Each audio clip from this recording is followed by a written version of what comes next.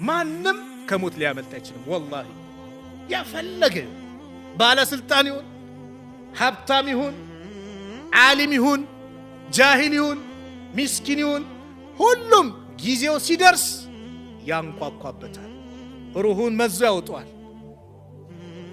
ዋናው ቁም ነገር ምንድነው? ከሞት በኋላ ላለው ሀገራችን ምን አዘጋጀን? አባ ሁረይራ ረጅም መንገድ እያለቀሱ እንደው እኔ እኮ የሚያስለቅሰኝ የሚሄድበት አገር ርዝመቱ እና ያስኩት ስንቅ ነው የሚያስለቅሰኝ። አኼራ ረጅም ነው። ሞት የሌለበት ሀገር ነው አኼራ ማለት። ሞት ያለው ዱንያ ነው። ተአብ ጭንቀት ያለው ዱንያ ነው።